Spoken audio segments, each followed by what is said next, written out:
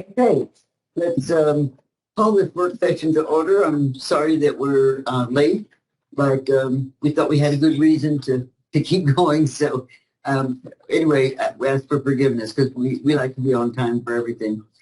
This is Tuesday, April the 18th. It is about 10:40, and this was scheduled for 10 o'clock.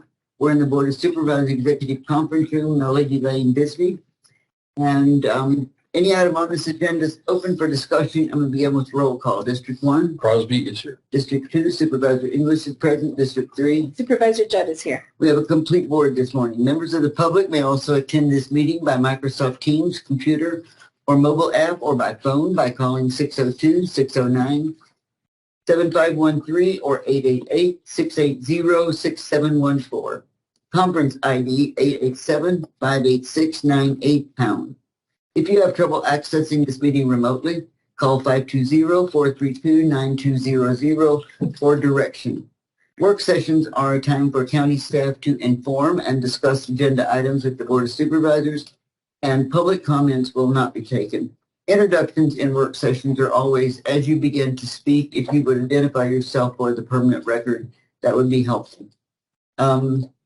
This is a time for us to look at the county school superintendent's budget. And did you have anything to add before we introduce Dr. Clay? I do not. Okay, then I'm going to turn it over to you, Dr. Clay. Thank you, Madam Chairman, members of the board. Madam Chairwoman, members of the board. I just wanted to do, this is basically what we're going to quickly talk about. These are our responsibilities. They still stand. And there's one thing I did learn from Madam Chairwoman is to make sure that everything we do is aligned with the standards. I learned that my first year as superintendent. So thank you for giving me that guidance because that's what we're doing here. This is our organizational chart right here. We have a principal of New Crossroads Academy, and that principal basically works with the education program specialist at the jail, and also she works with the school. Turn it over to Nikki. Okay, this is the revenue that we've generated from indirect costs for the grants that we manage for all the school districts in the county. For the fiscal year 21-22, it was $103,000. That is the most recent. And then we have person.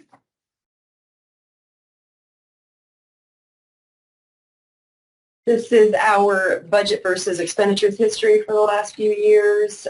As of the end of March, we have spent $342,596 of our $513,000 $355 budget. We are not asking for anything additional for this year. We just want to be kept in with the salary increases so that we can stay competitive, but not asking for anything additional.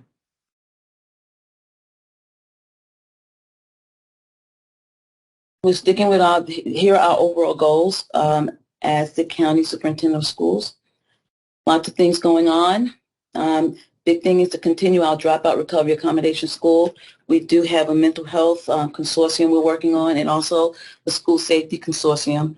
And we are working on our literacy grant with all these other things that you see right here.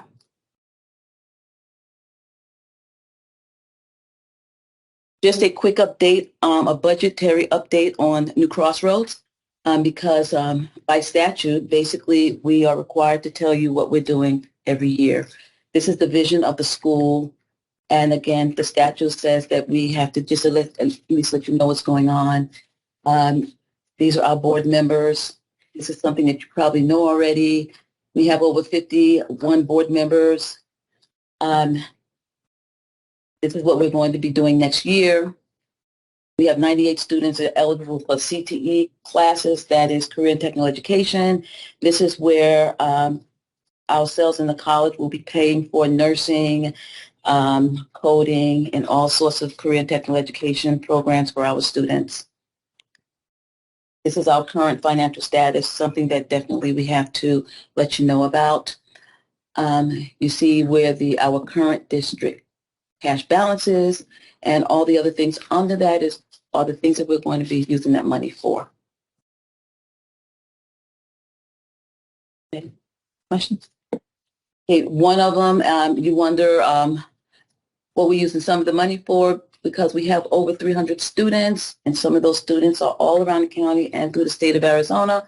We have purchased a car, and we also are receiving this ambulance that you see donated by Freeport McMoran. They've gutted the ambulance, and we are going to fit it with computers so that we can test students with all of the mandatory testing that students are supposed to have throughout the state. So far, we have 79 graduates. We have 49 students in Cochise County. This is a graph of how many students we have in Cochise County versus how many are in the state of Arizona. Subject to your questions. Yes. Why are there 50 board members?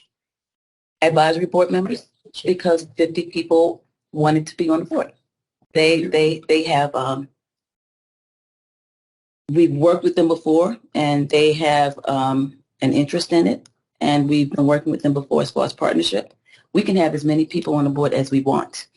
And so this helps us when we're doing projects, but it also increases our landscape of what's going on. Instead of us looking at what we think, we have all these other organizations who care about education, who care about the sustainability of Cochise County so that we can move westward.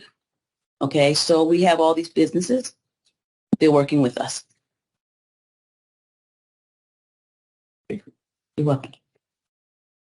I heard you, budget person, mention that you're not asking for any more money.